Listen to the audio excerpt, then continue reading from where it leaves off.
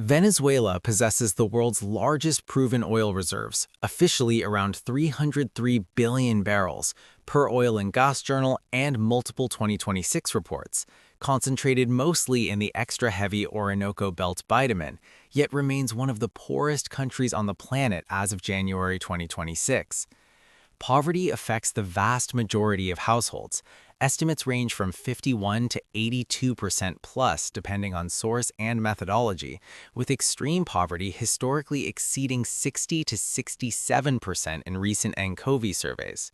GDP per capita lingers around $3,700 to $4,100, nominal IMF/Statista projections for 2025 to 2026. And the economy has suffered one of history's steepest contractions. GDP shrunk 70 to 80% from 2012 to 2020 peaks, with ongoing volatility. Oil still accounts for about 95% of exports and a huge share of government revenue, but daily production has collapsed from a late 1990s peak of 3.5 million barrels per day to roughly 750 to 900,000 to 1 million BPD in late 2025, early 2026, generating only a fraction of potential revenue. For example, export revenue often $9 to $17 billion annually in recent years, heavily discounted. This tragic paradox is the ultimate example of the resource curse, or Dutch disease, amplified by catastrophic policy choices, institutional destruction, and geopolitical conflict. Here's a detailed breakdown of the primary reasons, ranked by impact. Catastrophic mismanagement, nationalization, and corruption under Chavismo, the dominant driver, responsible for the majority of the decline.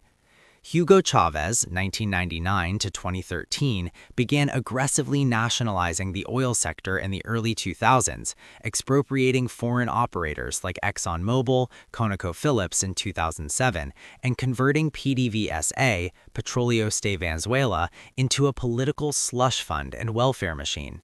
He fired 20,000 experienced engineers and technicians after the 2002-2003 strike, replacing them with loyalists lacking expertise. PDVSA was forced to fund massive social programs, food subsidies, including absurdly cheap gasoline at pennies per gallon, and patronage networks instead of reinvesting in maintenance, exploration, or technology. Under Nicolás Maduro, 2013 to 2026, this intensified. Rampant graft siphoned off enormous sums.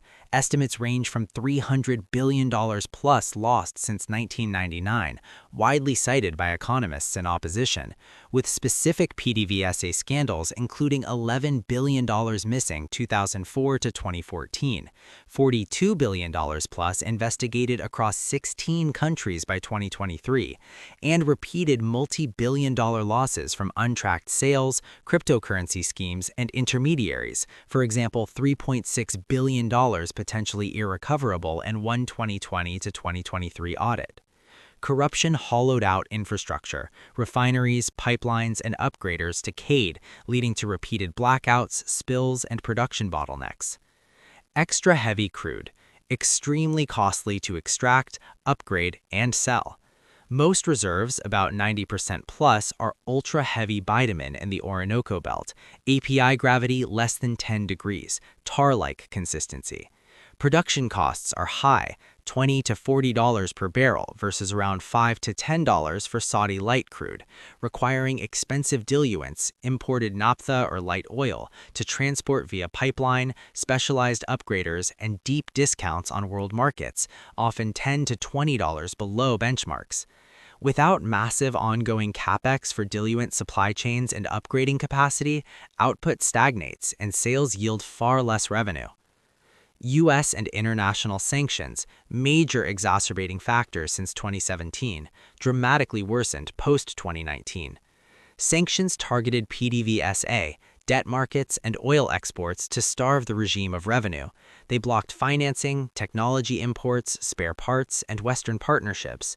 Venezuela shifted to discounted sales to China, India, Russia, and dark fleet tankers, losing 50 to 70% of potential revenue through discounts, intermediaries, and payment risks.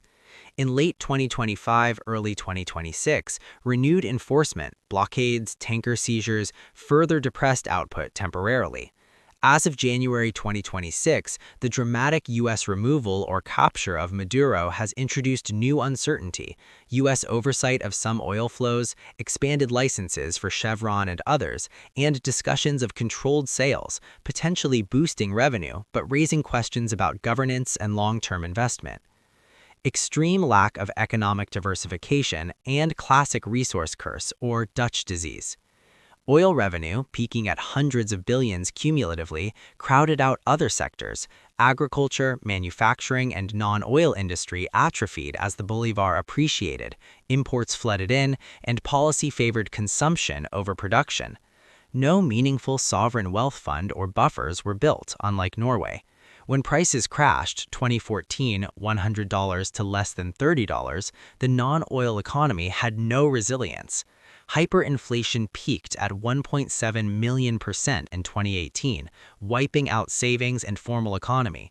Shortages of food, medicine, and power became chronic.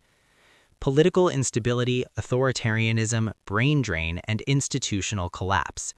Repression, disputed elections, especially 2024, and human rights issues drove 7.8 to 8 million plus immigrants, over 25% of the population, including the majority of skilled PDVSA engineers, doctors, and professionals. This created a devastating human capital vacuum. Rule of law eroded, expropriation scared investors, arbitrary policy, price controls, currency mismanagement destroyed private sector, trust evaporated. Timeline snapshot. Production 3 million BPD pre-Chavez, decline via nationalization and strike, temporary recovery on high prices, sharp fall after 2014 price crash and intensified mismanagement and sanctions, nadir around 300 to 500k BPD in 2020, partial rebound to 800 to 1 million BPD in late 2025, early 2026 on limited license relief and private operators, Chevron, Morel and Prom, etc. Recovery Outlook 2026.